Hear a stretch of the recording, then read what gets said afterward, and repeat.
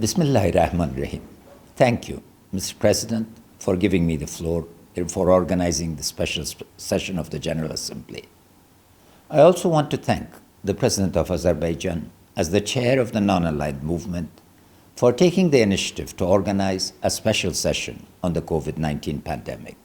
I welcome the opportunity to share with you what we have learned here in Afghanistan in dealing with the COVID-19 pandemic and how it has informed us in preparing for the second wave. I would like to offer my condolences and sympathies to all those who've lost a loved one to COVID-19 and to those who've suffered the most losses from this pandemic, including the United States, Brazil, and India. Dear colleagues and friends, the COVID-19 pandemic came to Afghanistan at the end of February via Herat province, which shares a border with Iran. We moved quickly in anticipation that the virus would hit us hard.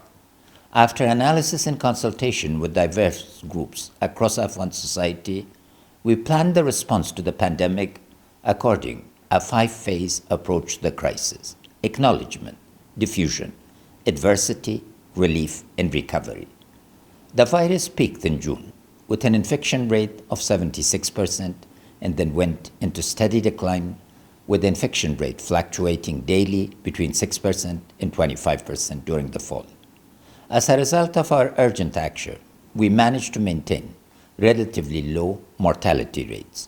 We managed our response to not jeopardize livelihoods in the long term or increase already high levels of poverty and food insecurity. These are lessons we learned. First, the vast scale of the disruptive and destructive effects of the COVID-19 pandemic is becoming clearer by the day. We saw the short-term impacts almost immediately: the loss of lives, the loss of jobs, the downturn in the economy. But the medium to long-term impacts we have not yet fully grasped. So while we cope with the immediate impact, we need to look ahead and prepare for the long-term effects. Second, the impact of the pandemic has been global. No country has been left untouched, and yet the response has been largely national. We've been unable, as an international community, to fully take advantage of the interconnected nature of our work to combat the disease. The world had an opportunity to respond to the pandemic with an unprecedented level of unity and solidarity. Instead, we've experienced divisions. A global focal point would have made the response more effective and coordinated, and global resources should have been mobilized on a larger scale. We commend the Secretary General and the United Nations for their role in tireless work. Afghanistan is proud to have contributed to the global response as a co-coordinator for COVID-19 related initiatives in the General Assembly, together with Croatia. The omnibus resolution, facilitated by a permanent mission, created a common normative framework for the response. It is now up to all of our governments to implement the resolution and better coordinate our response to the second wave and the socioeconomic impacts. Third, this pandemic has not been a leveler as expected, but instead it has exacerbated existing gaps and inequalities across developed and developing nations. Countries in special situations have been especially hard hit. For example, we, as a poor country, like many others around the world, were not able to design and implement effective stimulus packages.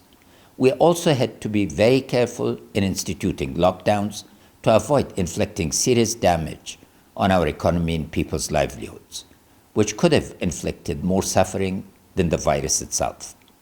This will continue to be the case even as a vaccine becomes available, because administering a vaccine requires capabilities and infrastructure that poor countries simply do not have. The role of multilateral organizations in the joint distribution of the vaccine will be critical.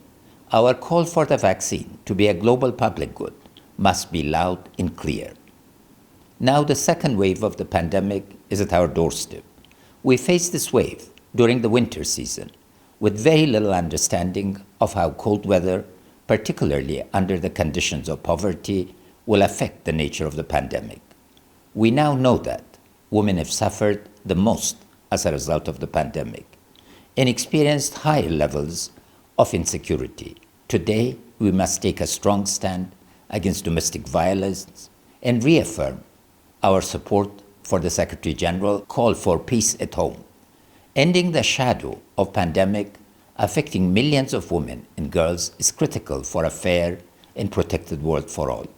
I hope that as we enter the second wave, we as an international community will be able to draw from the lessons learned.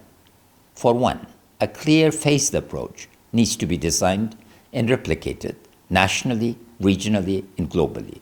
This approach should be informed not just by the information provided via instant analysis, but more importantly, by patterns that emerge in the way the virus is manifested globally. Second, now we are in a better position to plan to ensure food security and basic human security in the face of subsequent waves. We must make sure that supply chains that were disrupted during the first wave are either restored or alternatives put in place to ensure basic needs are met. The pandemic transformed the way we do business, the way we communicate, the way we live. But it's not all negative. COVID pushed the digitalization of the world at a speed that was inconceivable. In moving into subsequent waves of the pandemic, we need to embrace digital technology to further a global dialogue around policy, accessing and distributing the vaccine. To take advantage of these technologies, more must, however, be done to address the digital divide. We will not be able to return to our pre-pandemic ways of communicating and governing. The pandemic opened up new possibilities for coordination and cooperation. For example, telemedicine and distance learning. We need to embrace this change. Lastly, because the first and second waves have exacerbated structural poverty and increased situational poverty, we must create a common approach to securing livelihoods and ensuring momentum in the economy while also promoting COVID awareness. Afghanistan is located at the heart of Asia. We have many open or semi-open borders and frontiers. This means we can be either a center for spreading the virus or containing it. We are trying to be the latter, and we hope we can achieve that if we work together as a global community to act upon the lessons learned from the first wave. Thank you.